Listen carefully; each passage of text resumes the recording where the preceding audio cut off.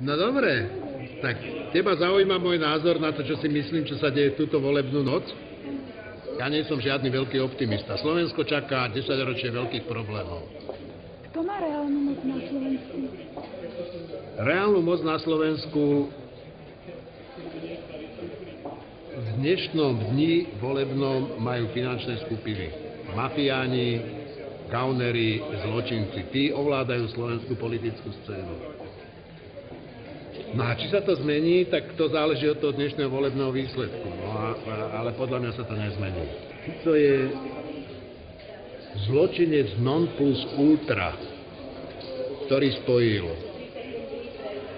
podnikateľské skupiny, komunistov, bývalých Mečiarových privatizátorov do jednej veľkej skupiny, ktorá Slovensko ovládla úplne dokonale. Takže ak si Slováci myslia, že ak tá opozícia zvíťazí, že sa stane zázrak a Slovensko bude iné, tak sa mýlia. Nebude iné. Bude také isté ako dnes, len bude mať šancu sa zmeniť a tá šanca je minimálna.